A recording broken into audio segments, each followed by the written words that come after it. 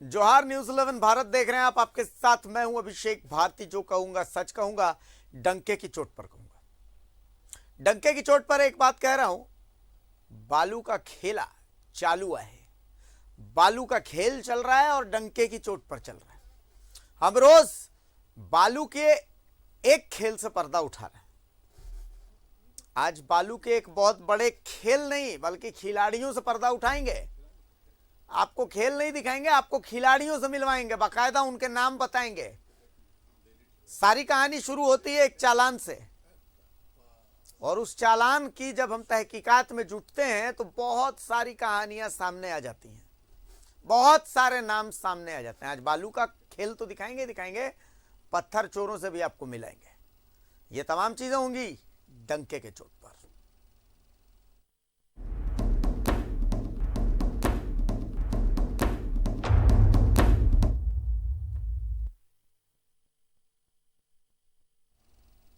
झारखंड में बालू का खेल एक सस्पेंस थ्रिलर फिल्म की तरह हो गया है। इस खेल के खिलाड़ी ऐसे हैं कि हर खिलाड़ी के चेहरे पर न जाने कितने नकाब हैं।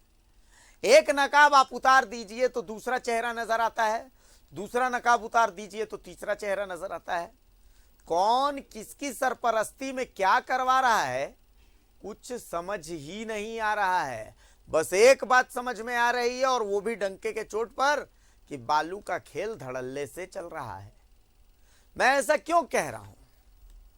मैं ऐसा इसलिए कह रहा हूं, आज से 3 दिन पहले एक नोटिफिकेशन मेरे हाथ पड़ा। नोटिफिकेशन 31 जनवरी का था। जेएसएमडीसी का नोटिफिकेशन था कि भैया मैं आमंत्रित करता हूं, अगर घाटों पर जो बचा हुआ बालू है वो खरीदना है तो अपने अपने आमंत्रण मांग पत्र जो है वो सौंपिए।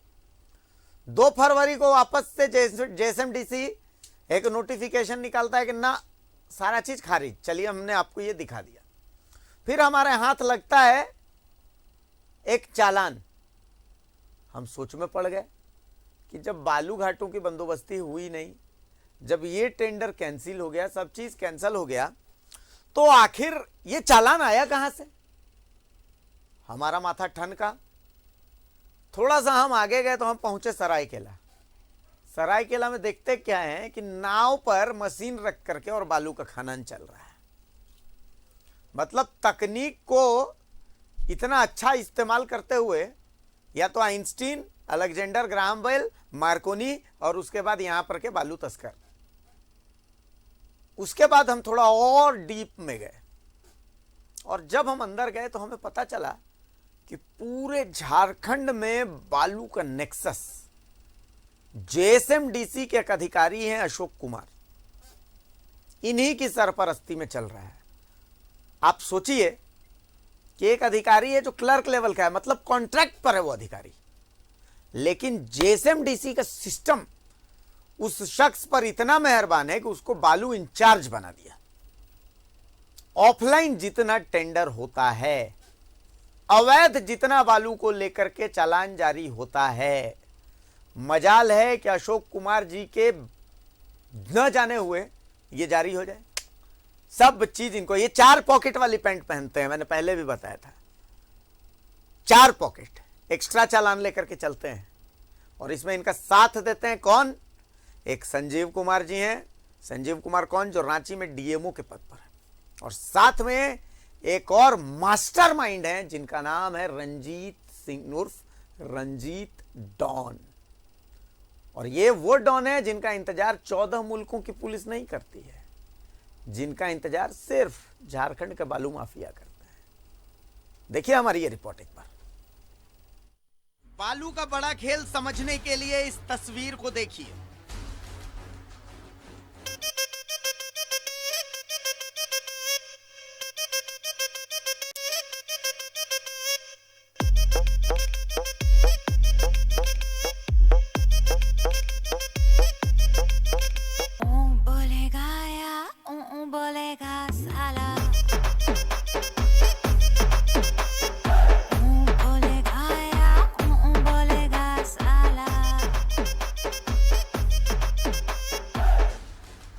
बालू का खनन देखिए, नए नए तरीके से बालू का खनन। कहीं जेसीबी से, कहीं नाव पर बैठकर बालू के खेल की इनसाइड स्टोरी आज हम आपको समझाने जा रहे हैं। बालू और अन्य खनन का जिम्मा देखती है जेएसएमडीसी। जेएसएमडीसी यानी Jharkhand state mineral development corporation limited. Hindi में समझें तो झारखंड राज्य खनिज विकास निगम लिमिटेड। बालू खनन के लिए चालान जेएसएमडीसी ही जारी करता है। यह कहानी शुरू होती है इस चालान से। यह चालान 2 फरवरी को जारी हुआ है। हमने पड़ताल की, लगातार पड़ताल की और धीरे धीरे हर सच सामने आने लगा। न्यूज़ 11 भारत की तहकीकात 3 नामों तक पहुंची। बालू के खेल का पहला नाम अशोक कुमार।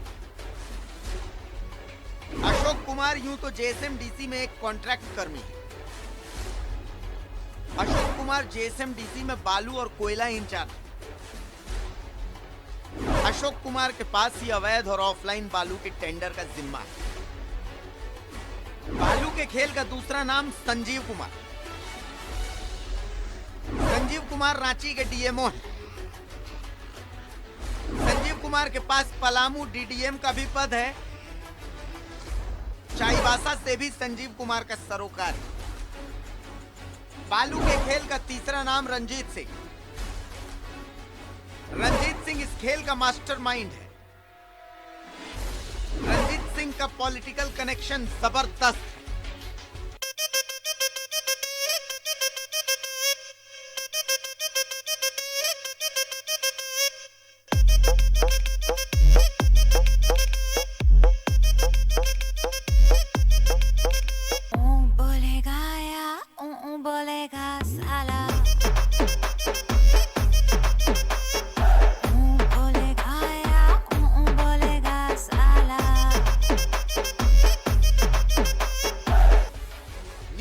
भारत के सवाल।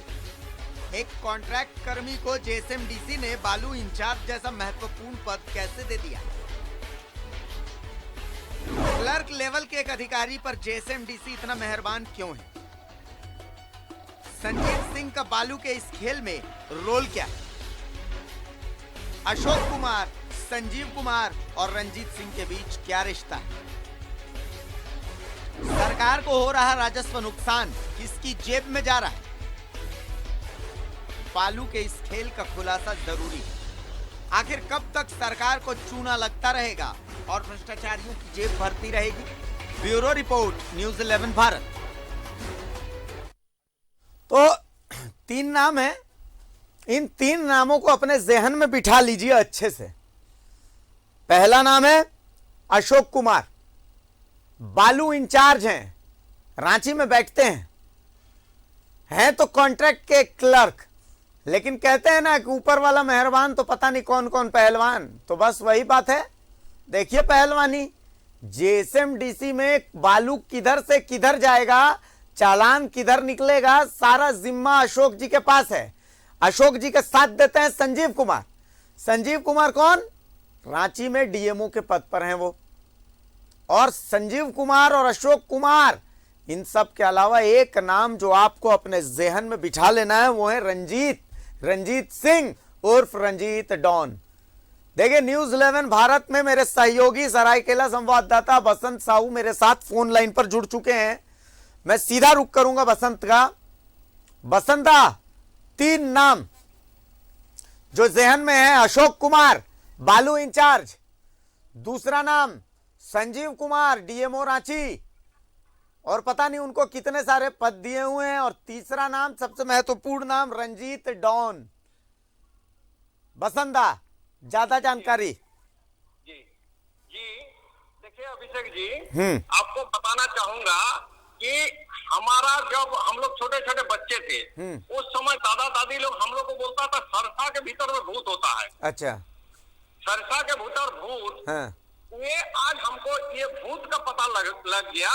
जिस तरह से मैंने आपका की जो सीएमडीसी में जो कार्यरत है, इसमें से एक नाम और है। हाँ। इसमें मनोज सिंह, हाँ। एम जॉनसन बोल करके है। हाँ, हाँ। और ये रंजीत डॉन, और दूसरा जो नितिन कुमार सिंह जो है, हाँ। और तीसरा जो संजीव कुमार जो डीएमओ है और ये जो डीएमओ आपका रांची डीएमओ, इनका मसेरा भाई है आपका नितिन। लेकिन देखिए क्या होता है कि सरकार को इसको संज्ञान लेना चाहिए।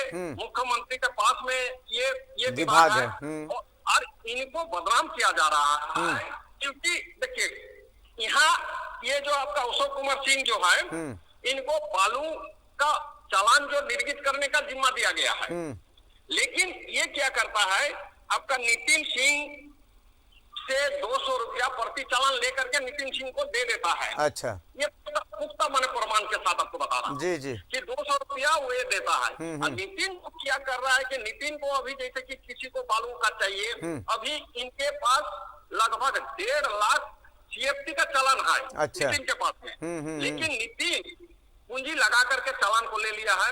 और चालान जब बेचेगा तो चालान बेचने के बाद क्या होता है कि 100 सीएफटी में 2100 रुपया लेगा। 100 सीएफटी में 2100 रुपया, जो कि मैं ये कर रहा है कि 100 सीएफटी में आपको 2100 रुपया देना पड़ेगा, तभी ये चालान देता है। चलिए, समझे? जी। तो देखिए किस तरह से खेला हो रहा है, ये बहुत बड़ा खेला है। जबकि आपका चालान आपको 3500 रुपया में आपको चालान देना है। 3500 जैसे कि 500 सीएफटी 550 सीएफटी का 3500 रुपया लगता है एक्चुअल, लेकिन वो 500 का जो चालान है 2100 रुपया करके दिया, तो आपको 5 दुगने 10, बिल्कुल 10 माने 10,500 रुपया आपको एक्स्ट्रा देना पड़ेगा। तो इस तरह से लूट रहा है।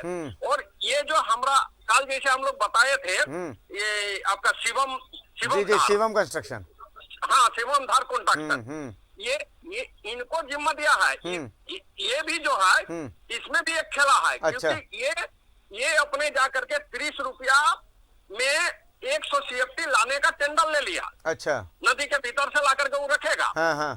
नदी के भीतर से ला करके बालू को स्टॉक करेगा और उसके बाद स्टॉक करके वो बालू को बेचेगा। चलिए, तो ये जो 30 रुपया में मिला, मैंने बाहरी आदमी तो जाकर के ले नहीं सकता है। बिल्कुल। 30 रुपया में कौन आधार पर 100 सीएफटी लोड होगा, कौन लेबर करेगा, कौन गाड़ी मालिक लाएगा? बिल्कुल। ये जो खेला बेला जो है, ये डीएमओ जो रांची में बैठा हुआ है आपका संजीव कुमार जी, इनका मने सारा चीज, ये जो जहाँ से रंजीत, ये कुछ दिन पहले रंजीत डोन जो है जेल से छूट करके आया हुआ, और ये जो मने चारों तरफ झारखंड का कहीं पर भी बालू का यदि खेल होता है और जहां भी मने गोली चलता है, कोई भी चलता है, तो ये जो रेकट जो है डराने का लोगों को यदि डरा देगा तो आपका बालू कैसे लाएगा? बिल्कुल सही बात, बहुत बड़ा, बहुत सिंपल। चलिए बसंता, बहुत शुक्रिया आपका, बहुत शुक्रिया। देखिए, मैं इतनी सी बात कह रहा हूं कि सिर्फ रिश्ता निकालिए कि रंजीत डॉन, संजीव कुमार और अशोक कुमार, इनमें रिश्ता क्या है। नितिन राय नाम है, सरायकेला में JSPRNS कंपनी जो है, जिसके पास बालू खनन का जिम्मा है, इसका और अशोक कुमार का क्या रिश्ता है, ये निकाल लीजिए। सारा इतिहास, ज्योग्राफी, भूगोल सब पता चल जाएगा। हमारा पैनल मेरे साथ है, मेरे साथ सुशांतो मुखर्जी जुड़े हुए हैं और मेरे साथ वरिष्ठ अधिवक्ता राजीव कुमार भी जुड़े हुए हैं। मैं सुशांतो दा के पास आ रहा हूं। सुशांतो दा, तमाम चीजों को सुनने के बाद किस निष्कर्ष पर पहुंच रहे हैं? देखिए, जिस तरह से लूट हो रही है हमारे झारखंड में, सारे चीज मुखिया पर जाते हैं। कोई भी लूट रहे हैं लोग, जनता क्या 103 करोड़ जनता क्या बोलेंगे कि ऐसे मुखिया है, वो उनकी लूट हो रही है, उनके रहते हुए लूट हो रही है। निश्चित तौर पर ये ऊपर और उन्हीं के विभाग में हो रही है, और उनके विभाग में हो रही है। सबसे बड़ी चीज है कि ये निश्चित तौर पर दोनों तरफ देखते हुए इस पर कार्रवाई तुरंत होनी चाहिए। अगर इस पर कार्रवाई ना हो, अगर कार्रवाई कर दिया जाए, हमें लगता है कि कल अगर कार्रवाई हो जाए इस पर, तो निश्चित तौर पर जनता के पास जाएंगे कि गलत तरीका से बालू उठ रहा था, वो आज जेल के सलाखों के पीछे है, और जो गलत किया वो जेलों में है। तो ये अगर जब तक हमारे माननीय मुख्यमंत्री जी, हमारी सरकार नहीं कर पाएगी, जल जंगल जमीन की सरकार। पुख्ता प्रमाण ये बात है कि मुख्यमंत्री को इसके बारे में जानकारी भी नहीं है, मैं आपको बता रहा हूँ जी। अगर मुख्यमंत्री को इनके बारे में जानकारी नहीं है तो जानकारी किसने आने नहीं दे रहे, उसकी भी जांच होनी चाहिए। क्यों नहीं आ रहे मुख्यमंत्री के पास ये जानकारी? इसलिए नहीं आ रहे कि इस घोटाला में कौन कौन है, ऐसा नहीं कि मुख्यमंत्री के अगल बगल घूमने वाले भी इसको जिनकी जानकारी नहीं है, सही बात। ऐसा नहीं हो सकते हैं। जानकारी तो है, लेकिन हमारे माननीय मुख्यमंत्री के पास ये जानकारी नहीं है। आपके चैनल के माध्यम से ये 2 दिन से जो चल रहे हैं, हम देख रहे हैं लोगों के बीच चौराहा पर ये एक निकल गया आ गया कि जमीन में तो लूट हुई है, अब बालू पर जो घोटाला हो रहे हैं इसे माननीय मुख्यमंत्री जी को पता नहीं है। ये बात आने की जरूरत है और इस पर निश्चित कार्रवाई हो। अगर कार्रवाई नहीं होगी तो जो 3.25 करोड़ जनता जो जल जंगल जमीन के नाम से सरकार बनाई है, वो क्या भरोसा पर ये सरकार बनाई है। हमें लगता है ये बचाने की जरूरत है और हमें निश्चित तौर पर इस लड़ाई को हम तो बाकायदा नाम दिखा रहे हैं जी। अशोक कुमार बालू इंचार्ज जिनको बना दिया गया है, क्लर्क है, कॉन्ट्रैक्ट पर है, बहाली हुई है जिनकी, एक कॉन्ट्रैक्ट वाले कर्मी को बालू इंचार्ज बना दिया गया है। आखिर मोटिव क्या है बताइए? कोई बता सकता है कि भैया इन पर इतनी मेहरबानी किए का मतलब क्या कारण है? पहला चीज। दूसरा चीज, संजीव कुमार डीएमओ है, इनकी प्रॉपर्टी की जांच कर लीजिए एक बार, इनकी प्रॉपर्टी की जांच कीजिए ना, सिंपल सी चीज है, इनकी प्रॉपर्टी की जांच कीजिए, सारा चीज सामने आ जाएगा। तीसरा पॉइंट, रंजीत डॉन कौन है?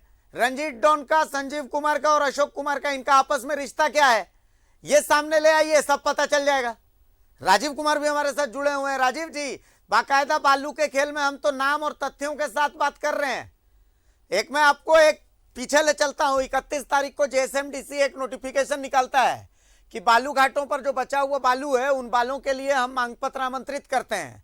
2 तारीख को वापस से नोटिफिकेशन कैंसिल हो जाता, कहता कि नहीं वो गलत हो गया था, चलिए अभी हम इसको कैंसिल करते हैं। लेकिन 2 ही तारीख को एक चालान जारी होता है। ये चालान जो है मधेपुरा के रंजीत कुमार के नाम से जारी होता है और बालू उठाने की परमिशन रहती है। तो भैया जब टेंडर कैंसिल हो गया है तो चालान कहां से आया है? और उसके बाद जब हम थोड़ी और जांच करते हैं तो पता चलता है कि मास्टरमाइंड है असल में रंजीत जी।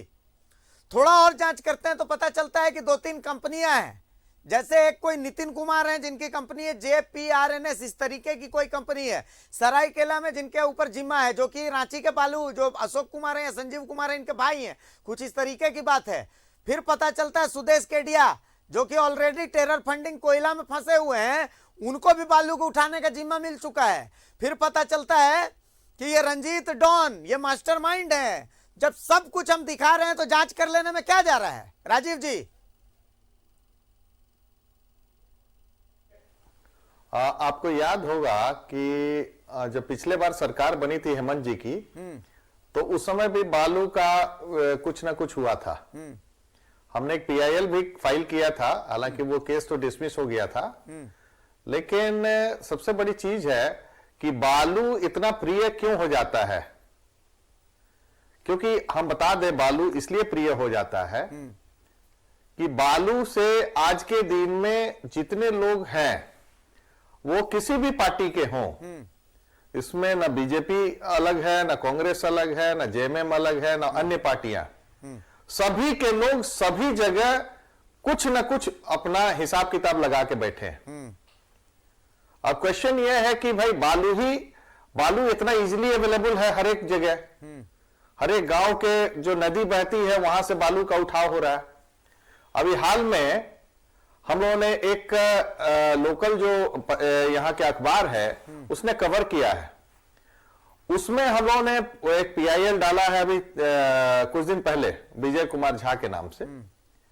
उसमें हमने दिखाया है कि कैसे एक मंत्री के भाई वो एक पलामू के एरिया में वो अपने गुर्गों के द्वारा कैसे बड़े बड़े ट्रक्स जो एक तरह से कहिए कि 1 लाख में यूपी में बिकते हैं, उस पे 8,000 का रेट वहां पे फिक्स हुआ है कि वो उस व्यक्ति पे चला जाता है। वो माफिया जो है वो पलामू गढ़वा एरिया में वो एक छत्र राज है। तो इस तरह का जो काम है वो आप दुमका में देखिए, आप धनबाद में देख रहे हैं, आप सरायकेला का दिखा रहे हैं। JSMDC का मामला जो है, आज ही हमने चिट्ठी भेजा है ED को कि ये शेड्यूल ऑफेंस है, क्योंकि जो बॉर्डर एरिया है पलामू का, उसके बगल में ही रोहतास और इसका जो है सेंचुरी है। और सेंचुरी ज्यादा दूर नहीं है, 10 किलोमीटर का सुप्रीम कोर्ट का आदेश है, हाई कोर्ट का भी आदेश है, लेकिन वो मात्र जो है 90 मीटर पे है। वहां से बालू का अवैध व्यापार चल रहा है। और ये व्यापार जो है ये छोटे मोटे रेंज में नहीं चल रहा है, सैकड़ों ट्रक डेली निकलते हैं और इन सैकड़ों ट्रकों से अरबों का कारोबार पूरे झारखंड में हर एक दिन हो रहा है। जेएसएमडीसी हो या हमारे यहां माइनिंग डिपार्टमेंट हो या माइनिंग डिपार्टमेंट के सेक्रेटरी या डायरेक्टर है, जैसे सुशांत जी बोल रहे हैं कि मुख्यमंत्री जी को नहीं मालूम है, यदि नहीं मालूम है तो ये सबसे बड़ा दुर्भाग्य है इस राज्य का।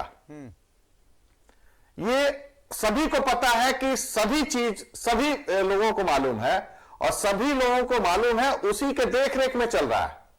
हम बता दें कि यदि इसी तरह की ये सरकार चली तो इनको जो लोग सरकार में बैठे हैं उनके पास इतना अकूत पैसा होगा कि ये कई सरकारें बनाएंगे। और यदि सीबीआई ईडी और ये लोग इनके पीछे लग गई, जो हमको लगता है कि सभी लोगों के पास इंफॉर्मेशन धीरे धीरे है, तो वो दिन दूर नहीं है कि मधु कोड़ा का राज्य जो है, मधु कोड़ा का जो कैबिनेट था, उसी तरह का इस कैबिनेट का भी हालत ये ना हो जाए। हमको ये डर सता रहा है। इसलिए हम बोल रहे हैं भारती जी कि अभी जो है इन लोगों को ब्रेक लगाने की जरूरत है। यदि ब्रेक नहीं लगाएंगे तो एजेंसियां जो है ब्रेक लगा दी इन पर। और ये राज्य जो है ये अजीब स्थिति अजीब रहा है पिछले 20-21 सालों में कि जो भी लोग गरीब आदिवासी के नाम पे सत्ता में आए, उन्होंने जम के लूटपाट मचाया, चाहे वो मधु कोड़ा हो या पहले की बीजेपी की सरकारें हैं या अभी की जो है जेएमएम की सरकार सब बराबर है, सब बालू खाते हैं। गजब की बात मैं बताऊं आपको राजीव जी, गजब की बात मैं आपको बताता हूं। पिछले 2 दिन से मैं राजनीतिक डिबेट कर रहा था।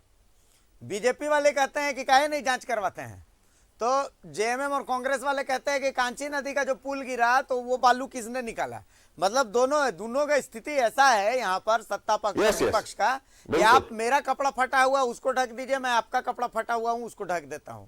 सुशांतो दा 2 दिन से इस डिबेट को देख रहे थे। सुशांतो दा भारती जी आपको बता दे 12 पुल, बड़े बड़े पुल, आपको याद होगा कि आप ही के चैनल में मैं देख रहा था कि प्रिंसिपल अकाउंटेंट जनरल मैडम ने आपका प्रेस कॉन्फ्रेंस करके बताया था कि 12 पुल इस राज्य का 6-6 करोड़ 8-8 करोड़ 10-10 करोड़ का पुल बह गए पानी में। ये सही बात है, हमने ही दिखाया था। हमने अब ये पुल बहते क्यों है? इसलिए पुल बहते हैं कि पुल का जो पिलर है, पुल से कहा जाता है कि नदी का किनारे से 3 मीटर तक आप जो नदी का बहाव है उसे 3 मीटर अंदर जो है आप उत्खनन नहीं कर सकते।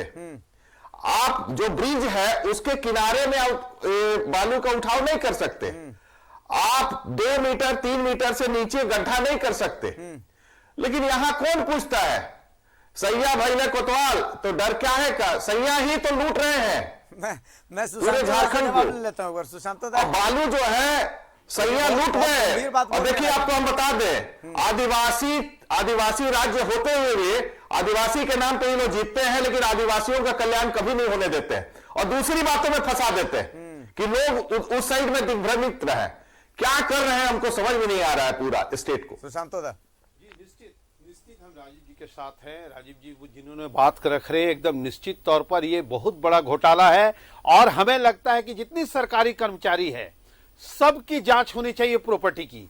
उनकी अगर जांच हो जाए, आज यहां पर अगर जांच हो जाए हमें झारखंड में, हमें लगता है कि पिछले सरकार में जितने भी घोटाला हुए हैं सबसे बड़ा घोटाला बालू पर आएगा निश्चित तौर पर। सिर्फ यहां बालू ही नहीं, कोयला से ले लीजिए, बालू ले लीजिए, जमीन लीजिए, सब पर घोटाला। लेकिन कुछ नहीं हो रहे हैं। सरकार 2 साल से कोरोना करते हुए पार हो गए, लेकिन अब निश्चित तौर पर हमें लगता है, हमें भरोसा है कि माननीय मुख्यमंत्री जी इस बालू की जांच निश्चित कराएं। अगर ये नेक्स्ट सरकार जो बनेगी वो मजबूत से आपकी सरकार आए, माननीय मुख्यमंत्री की सरकार आने की जरूरत है। आदिवासी मूलवासियों के नाम से सरकार आने की जरूरत है। लेकिन अगर जांच ना हो, जनता फिर सोचने भी मजबूर होंगे कि उसको भी नहीं, इसको भी नहीं। अब तीसरे सोच की ओर जनता आगे बढ़ेगी। हमें लगता है कि इसकी जरूरत न पड़े। इसके लिए अभी अगर जांच हो जाए, हमें लगता है 1 सप्ताह के अंदर पूरे सब जितना भी सिंडिकेट लगे हुए, चाहे कोई डॉन रहे, चाहे कोई सरकारी एम्प्लॉय चाहे, उनको सलाखों के पीछे उनके ऊपर मामला दर्ज हो और उसके बाद उसे सलाखों के पीछे भेजने की जरूरत है। अभिषेक जी, राजीव जी, हम तो बाकायदा नाम दिखा रहे हैं, मैं तो डंके की चोट पर नाम दिखा रहा हूं। देखिए, आप बोले सुदेश केडिया का जी, आप भारती जी सुदेश केडिया के बारे में बोल रहे थे, कोयला लूट का मास्टरमाइंड। सही बात है, सही बात है। एनआईए उसकी इन्वेस्टिगेशन कर रही है। सही बात है। अब ये बताइए कि ये लोगों को प्रश्रय कौन देता है झारखंड में? ये लोग मैक्सिमम जो है दूर करके वो डिपॉजिट करने वाले हैं। आपको बता दें, वही व्यक्ति इस राज्य में अभी सक्सेसफुल है जो मैक्सिमम एक्सटॉर्शन करे और सरकार के मंत्रियों के पास दे। अच्छा, वही आदमी को गजब की बात देखिए, मैं सक्सेस है आपको राजीव जो जी, किसी भी तरह आप एक छोटा सा उदाहरण बताते हैं। धनबाद में 22 से 23 आदमी दब के मर गए जी, और उसके 5 घंटे के बाद वहां से डेड बॉडी छुपाया जाता है, लेके भाग जाते हैं परिजन जनरली इलीगल माइनिंग में। उसके 5 घंटे के अंदर जो है वहीं 10 मीटर 20 मीटर पे फिर से खुदाई चालू है इलीगल। भगवान नहीं बचा सकता। जी, आपको बता दे, सवाल ही नहीं। राजीव जी आपको बता दें, वो जो है कोयला की यहां पर धनबाद में निरसा में ये मामला है जो आप कह रहे हैं कि दब गए। आपको बता दें कि इंडस्ट्री एक पुरानी इंडस्ट्री है जिसमें 2 से 3 एकड़ जमीन पर बाउंड्री है। उस बाउंड्री के अंदर 50 ऐसे गड्ढे बना के कोयला दहन कर रहे हैं और आराम से गाड़ी अंदर चले जाते हैं और उसमें कोयला लोड होते हैं और वो बाहर चले जाते हैं। ये जो घोटाला है इसकी जांच कौन करेगी? सरकार आई है, सरकार अच्छा, को जांच करने गजब की जरूरत बात है। राजीव जी, देखिए गजब की बात मैं आपको बताता हूं। कोयले पर न्यूज 11 भारत से ज्यादा आवाज किसी ने नहीं उठाई। निश्चित। जमीन को लेकर के न्यूज 11 भारत से ज्यादा आवाज किसी ने नहीं उठाई। अभी बालू को लेकर के भी न्यूज 11 भारत बाकायदा नाम दिखा रहा है कि भाई आपका काम है कार्रवाई करना। बिल्कुल बिल्कुल। हम न्यूज 11 भारत अभी देखिए जामवंत बना हुआ है, जो हनुमान जी को याद दिला रहा है कि प्रभु आप उड़ सकते हैं, एक बार उड़िए, उड़ करके सीता मैया का पता लगाइए, एड्रेस भी लिख करके दे रहे हैं। लेकिन अभियो कार्रवाई अगर नहीं कीजिएगा तो लास्ट में तो जनता जो है उठाकार करके किधर देखेगी? एक बार बीजेपी की तरफ देखती है, एक बार जेएमएम की तरफ देखती है, एक बार कांग्रेस की तरफ देखती है, फिर थाकार करके नीचे जमीन की तरफ देखने लगती है। राजीव जी सुनिए भारती जी, बीजेपी वाले लोगों का बालू का उठाव नहीं हो रहा है, उनके नेता नहीं कर रहे हैं। है, सही बात है, उनके कार्यकर्ता नहीं कर रहे हैं इलीगल बालू। जी, ये कौन नहीं जानता है, इसलिए बीजेपी वाले इसको उठाते नहीं है। कौन पार्टी का नहीं कर रहा, आप ही बताइए ना, जिसका एक भी विधानसभा में सीट है, कौन पार्टी का नहीं कर रहा है? जी जी जी, सभी लोग बांट लिया है। एरिया नहीं बटा तो हुआ। आप इतना उठा रहे हैं बालू का बात, बीजेपी अपोजिशन में है यहाँ पे, कितने नेता मुखर होकर के बोलते हैं, सभी का धंधा चलता है। जी, यहां यही राज्य में हम कई सालों से बोलते आ रहे हैं, एकमात्र राज्य दुनिया में इस राष्ट्र में देखे कि जहां लीडर ऑफ अपोजिशन और पार्टी इन पावर सब एक ही होता है।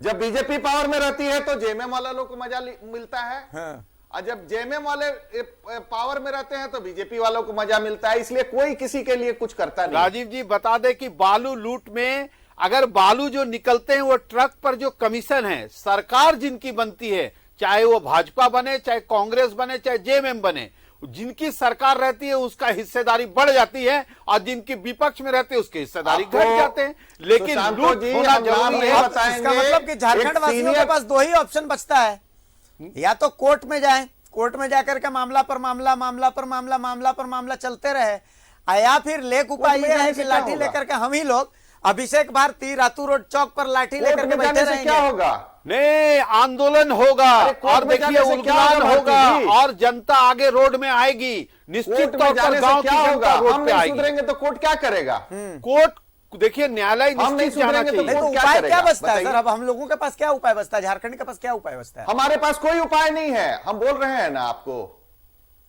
आपके यहाँ जो जांच एजेंसी है कौन जांच करता है? Anti corruption bureau.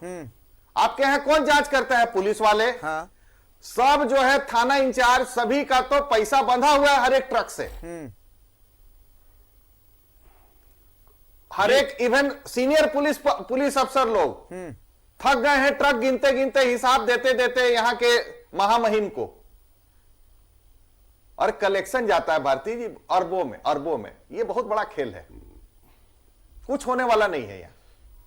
ये राज्य अभी अगला 3 साल तक लूटा जाएगा सुशांत जी, बहुत बड़ी बात, और यहाँ की जनता कुछ नहीं कर पाएगी। देखिए बहुत बड़ी बात है राजीव जी जो बात बोल रहे हैं। राजीव जी, ये बिरसा की धरती यहाँ है, की जनता कुछ नहीं कर पाएगी। ये राजीव जी, ये बिरसा की धरती है, यहीं से उलगुलान हुए हैं, और निश्चित तौर पर नेक्स्ट जनता रोड पर आएगी। किसी पॉलिटिकल पार्टी को आने की जरूरत नहीं पड़ेगी, अभी भी जनता रोड पे है, और जनता उग्र होंगे, और ये लड़ाई मजबूत से चलेगी।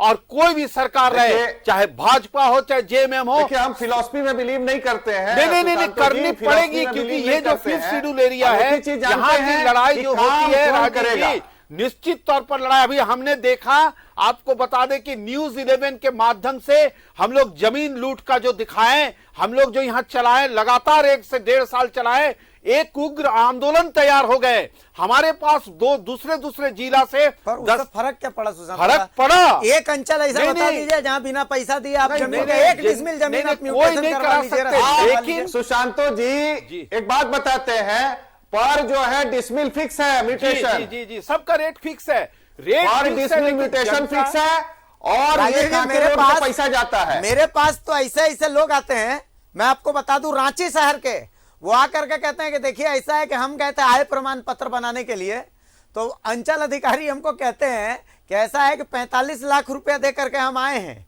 तो हम कोई भी काम फ्री में नहीं करेंगे। जिसके पास समझ गए किसके बारे में बोल रहे हैं। अब वो आदमी जो है ना, वो जो सर्किल अफसर है, वो सही बोल रहा है, 45 लाख रुपया दे के आया होगा। निश्चित आया होगा, क्योंकि हम आपको बता दें, जमशेदपुर में एक छोटा सा उदाहरण दे रहे हैं भारती जी 273 जो है नोटिसेज इशू हुए हैं वहां के लोकल बॉडी के द्वारा, 273 इलीगल कंस्ट्रक्शन का। जानते हैं उस सभी में कार्रवाई नहीं, सबसे पैसा ले लिया। चलिए, आप लोग हमारे साथ बने रहिए। बालू की बात हो गई, अभी पत्थर की बात बाकी है। बहुत सारी बातें हैं, अब बात निकली है तो बहुत दूर तक जाएगी। आप दोनों मेहमान हमारे साथ बने रहिए। एक छोटे से ब्रेक के लिए अभी हम डंके की चोट पर रुकेंगे। देखिए, बालू की बात हुई है, पत्थर की बात बाकी है, कहीं जाइएगा मत। मन कर रहा है कि पेट पकड़ पकड़ के हंसू, और किसी पर नहीं, अपने आप पर हंसने का जी कर रहा है। स्थितियां ऐसी हैं कि अपने आप पर इसलिए हंसने का जी कर रहा है कि मतलब सवाल यार है कि कहें तो कहें क्या और करें तो करें क्या। अब तो हमारे पास वाह वाह करने के लिए भी कुछ नहीं है। एक छोटा